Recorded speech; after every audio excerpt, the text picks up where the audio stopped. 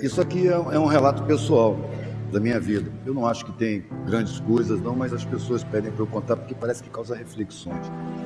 Eu nasci numa família abastada e tive acesso a uma boa escolaridade, a muito boas informações e vivi sempre num patamar médio-alto.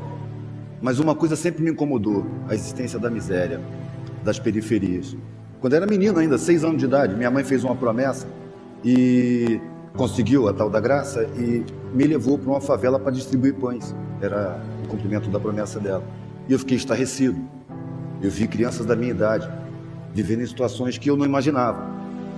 E a partir dali eu comecei a questionar a minha mãe, em primeiro lugar, no caminho de volta para casa. Por que tem pobreza? Por que tem miséria? Por que essas pessoas estão assim? E as respostas não vinham. A resposta era: sempre foi assim, sempre vai ser. Para com isso. Isso foi me acompanhando, mas me marcou de tal maneira que sempre que eu podia, eu observava as pessoas mais pobres, os empregados, nos clubes onde eu ia. Eu tentava me aproximar, eu queria entender essas pessoas que pareciam que tinham outro código. E eu conseguia a simpatia deles, mas não era a simpatia deles que me interessava. Eu queria sentir igualdade. Então eles me tratavam muito bem, mas quando eles se tratavam entre si, eu percebia que era diferente. Entre si eles falavam com igualdade, comigo eles eram gentis. E eu fui crescendo, uma angústia danada, sem saber o que fazer, sem saber, nenhuma profissão me interessava.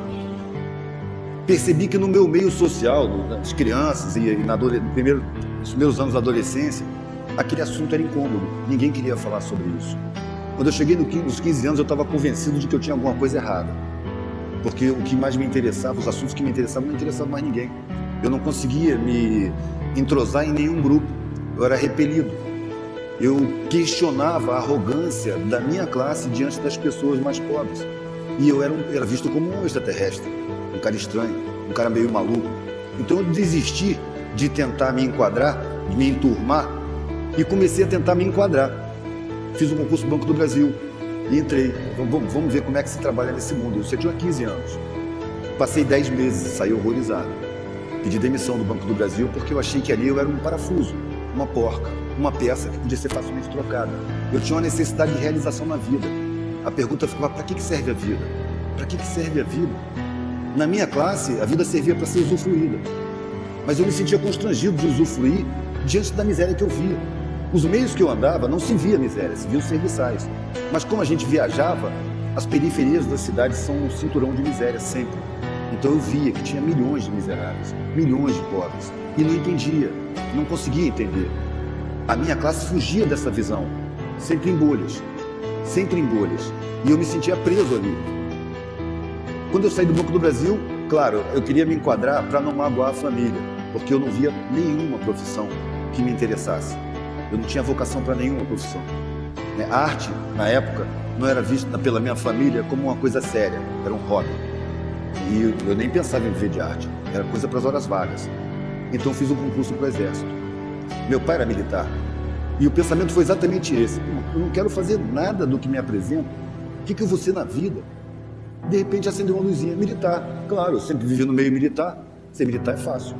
Aí eu fiz um concurso, passei e fui conhecer o Exército por dentro. Meu pai me apresentou o Exército como um fator de segurança pública, como uma coisa boa para todo mundo, que protegia o povo. Mas quando eu estava dentro do Exército, as instruções que eu recebia eram me atirando contra a população. E depois de 1 ano e pouco dentro da escola de cadetes, eu me vi com um fuzil na mão, apontando para uma manifestação de estudantes, gente desarmada. Isso violava todos os códigos que eu tinha aprendido com meu pai. Eu disse: não é aqui que eu quero ficar. O Exército serve para reprimir a população e não para proteger. Então pedi desligamento do Exército. Foi a segunda vez que me chamaram de louco. A primeira foi no Banco do Brasil. E saí do Exército. E minha família ficou magoada, e meu pai mais magoado ainda. Ele tinha muito orgulho de eu ser militar, seguir a carreira dele. Então eles pegaram e me resolveram pagar um cursinho pré-vestibular, o mais barato que tinha. Foi o primeiro contato que eu tive com gente saída do ensino público. E essas pessoas eram desinstruídas. Eu achava o conhecimento deles tão superficial que eu não acreditava. Eu falava com meus colegas: pô, vocês foram vagabundos, vocês não estudaram, vocês não sabem nada, vocês só sabem superfície das coisas. E um belo dia um amigo meu me trouxe uma prova do 3º ano do ensino médio, de uma escola pública. Eu achei que era brincadeira. Foi a primeira vez que eu senti que essa classe é sabotada, que a maioria das pessoas é enganada, que aquilo ali não é educação de verdade. A diferença da minha educação era tão brutal que eu já achei que era uma coisa intencional, não estão mantendo o povo ignorante. Com o tempo eu fui confirmando isso, mas na época era só uma intuição. Eu me guiei muito pela intuição disso, porque a razão me dizia que eu estava errado, a razão mandava eu me garantir. As pessoas me falavam, você tem que se garantir, você tem que se garantir. E eu percebi que o que eu estava garantindo era uma angústia eterna. Aí fiz vestibular. Pensei até em fazer em Belas Artes, mas a reação familiar foi tal que eu falei, não, tudo bem, tudo bem. Fui na faculdade, peguei os currículos e fui por eliminação. Onde tinha matemática, eu jogava fora. Onde tinha física, biologia, química, e fui eliminando tudo. No final sobraram 2 cursos, Belas Artes e Direito. Direito tá bom para vocês? Ah, Direito tá. Pelo menos isso. Lá fui eu fazer Direito. E entrei na universidade. E pela primeira vez, eu vi explicações para as minhas questões. Porquê da miséria, quem domina o mundo, como as coisas são feitas, como a política é influenciada pelo poder econômico. E fiquei encantado durante uns 3 meses. Depois eu percebi que era só conversa fiada, uma revolta que não funcionava, que não ia falar a linguagem do povo, que ninguém ali entrava em favela. Sabe? E eu percebi que a grande maioria era pobre. Então tem que chamar os pobres para a luta. Mas os pobres estão aí, desinstruídos e narcotizados por uma mídia criminosa que planta valores, usando psicologia do inconsciente. De repente eu percebi que os pobres se sentiam culpados pela própria pobreza. Gente que é sabotada desde antes de nascer, que o mundo já recebe mal quando vem. Mas eles se sentem culpados pela própria pobreza. Quando numa novela, o pobre que é legal chega no fim da novela e enriquece, você vê a riqueza como um prêmio. O rico, o safado, durante a novela inteira, no fim da novela, ele cai na miséria, está plantando a miséria como castigo. Então a miséria hoje é considerada um castigo da incompetência. Não é um planejamento social. De repente eu larguei a universidade, eu não quero mais aqui não. Eu não quero ser advogado mesmo. Vou largar, não quero ser doutor. Eu vou fazer a experiência de não ter nada. Eu queria ver o mundo do outro lado. E foi isso que eu fiz. Quando eu cheguei em casa, com meus documentos, de desligamento na universidade primeiro, eu peguei os documentos e entreguei para o meu pai como se fosse pagamento de uma dívida. Olha, você me deu a melhor escola, me deu as melhores condições e você sempre me cobrou que eu entrasse na universidade. Eu não vou terminar, mas não é porque eu não pude, é porque eu não quero. Eu quero fazer a experiência de não ter nada. Aí ele facilitou o processo para mim, falou, se você sair por essa porta, você não é mais filho, você não faz parte da família. Pode esquecer que a gente existe. Na hora foi um choque. Anos depois eu percebi que isso foi uma grande vantagem, porque eu saí sozinho, desprovido de família, e pude formar famílias em todos os lugares que eu ia. Nos primeiros tempos, eu fui sem profissão, sem nada. Eu vou não ter nada mesmo, quero ser mendigo. E batia nas portas e pedia comida. Na minha ingenuidade, eu pedia comida onde estava sobrando. Então eu vou nos bairros mais abastados. Mas ali, as pessoas me davam o resto. Já teve o caso de eu sair da casa, sentar na calçada, começar a comer e chegar um carro de polícia. O cara que me deu comida chamou a polícia. Aí eu falei, não quero mais ficar nesses bairros não. E comecei a ir mais para as periferias, nas favelas, nos puteiros, em posto, beira de estrada, porque eu não ficava numa cidade só, eu andava de carona. E sempre conversando. E tratando com as pessoas mais pobres, na ilusão universitária de instruí-los, eu ficava falando. Um belo dia, no meio da Amazônia, eu estava conversando com um grupo de garimpeiros e eu percebi que eles estavam rindo da minha cara, porque eu não estava entendendo nada do que eu estava falando. Eu estava falando um monte de palavras acadêmicas. E o povo não fala essa língua, isso é academês. Aí eu aprendi, de repente deu uma luz. Poxa, eu tenho 2 orelhas, 2 olhos e uma boca. Parei de falar e comecei a ouvir. E comecei a perceber o código de comunicação dessas pessoas. Comecei a ver que eles têm outro código de comunicação. O que me levou até ali? A não aceitação do mundo como me apresentam. Me apresentaram um mundo onde eu ia ter que competir com todo mundo. Eu fui atleta desde o colégio militar, desde 10 anos de idade. Ganhava um monte de coisa. No exército eu ganhei troféu de corrida, e fazia ciclismo, ganhava também. Mas quando eu fui chegando mais velho, mais novo você não percebe, mas mais velho assim, 18 anos, eu comecei a perceber a tristeza dos derrotados. Aí perdeu o gosto da competição. Eu não quero produzir esse sentimento, eu não quero mais competir. Mas o mundo cobra que você entre nessa. Quando eu falei com o meu tenente no exército que eu não quero mais competir, eu comecei a ser perseguido, porque eu era medalhista. O mundo estava me cobrando. Quando eu estava na universidade e falei não quero mais competir, a família me puniu com afastamento. E quando eu fui para o meio da periferia, eu percebi que a competição é uma grande falcatrua. Nós não estamos nos preparando para viver numa sociedade harmônica. Quando eu era moleque, eu achava que a pessoa era médica, o cara escolhia a profissão da medicina para diminuir o sofrimento das pessoas que sofrem. E hoje eu vejo que não. Faz medicina para ganhar dinheiro, para ganhar status. O cara fala, não vou para um lugar onde não tem médico, porque não tem estrutura lá. Ué, mas é exatamente porque não tem estrutura que precisa de médico lá, está cheio de gente. Essa mentalidade empresarial foi implantada na sociedade. Eu acho que a miséria é uma coisa planejada e eu não vou participar disso. A minha resposta com meu pai, eu conversei 4 horas com ele, antes da última saída com a mochilinha nas costas, já resolvido. Ele dizia, para onde você vai? Eu não sei. O que você vai fazer? Eu não sei. Do que você vai viver? Eu não sei. Mas se você ficar doente, você quebrar uma perna, eu só vou pensar nisso se acontecer. O meu medo é viver uma vida sem sentido. Um fator determinante nesses momentos foi o encontro que eu tive com um senhor de quase 90 anos no meu prédio, que nunca tinha falado comigo além de oi. Ele estava sentado na saída do prédio e de repente eu estava saindo e ele me chamou para conversar. Essas coisas são uns acasos entre aspas, né? Ele falou assim, olha, eu fiz tudo o que me disseram para fazer. Eu sou um cara bem sucedido na vida. Eu estudei comércio exterior. Eu tenho empresa de importação e exportação. Eu ganho um dinheirão. Eu sou um vitorioso. Mas eu estou chegando perto dos 90 anos.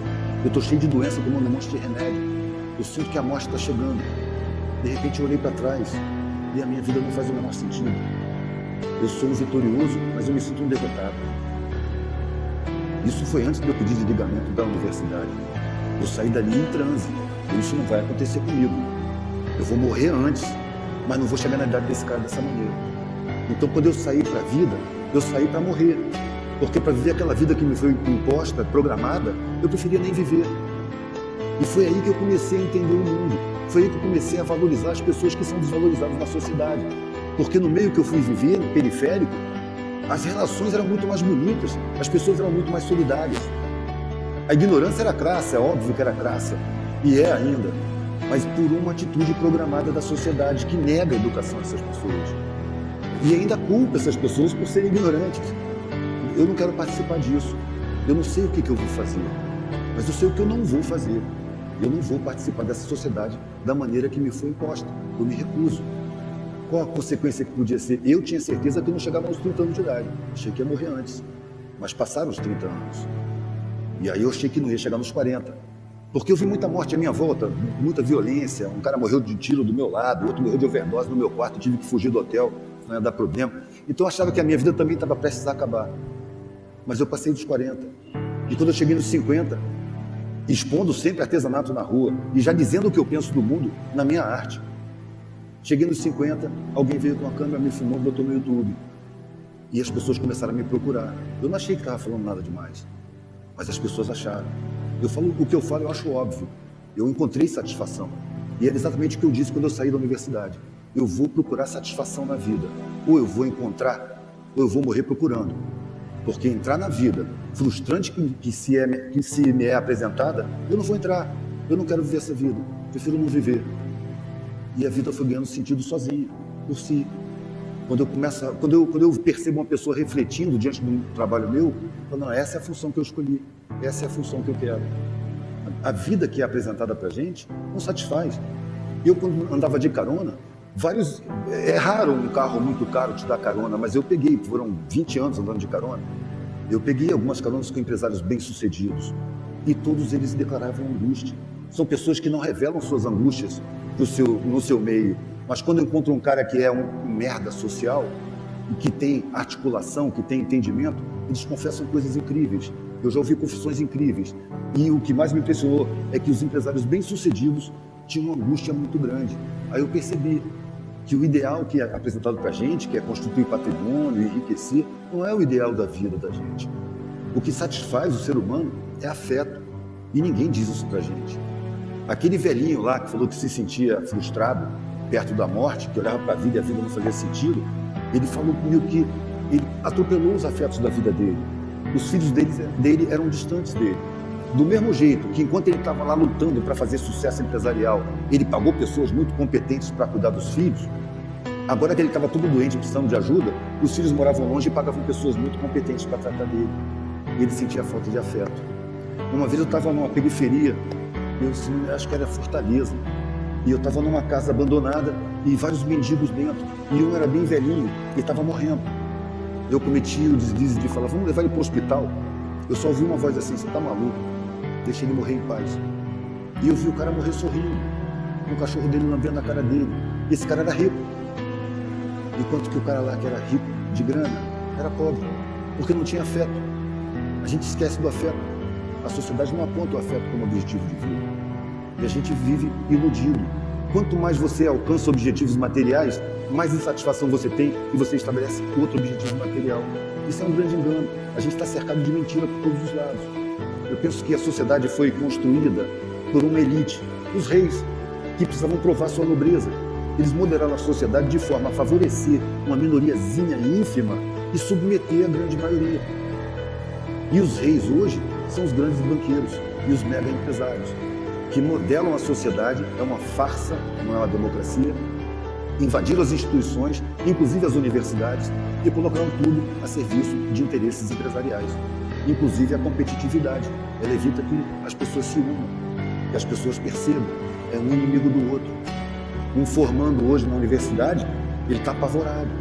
Ele vai sair da universidade e vai cair no mercado. É um pega para capar, todo mundo é inimigo de todo mundo. Eu achei muito fácil me recusar a isso. Tem gente que fala, você foi muito corajoso. Eu nunca senti coragem. Eu tive um medo muito grande de viver uma vida sem sentido. Com relação, para viver uma vida sem sentido, não tem nada que vale a pena. Não tem riqueza que vale a pena. Eu prefiro não ter nada, mas sentir que a minha vida valeu a pena. E isso quem está dizendo para mim, não sou eu, é o mundo. Porque eu falo e fico pasmo com o pasmo que eu causo. Porque para mim eu estou falando que é óbvio. Não estou falando nada demais. Eu acho que no fundo todo mundo sabe. Bom, deu tempo. Valeu, gente. Obrigado.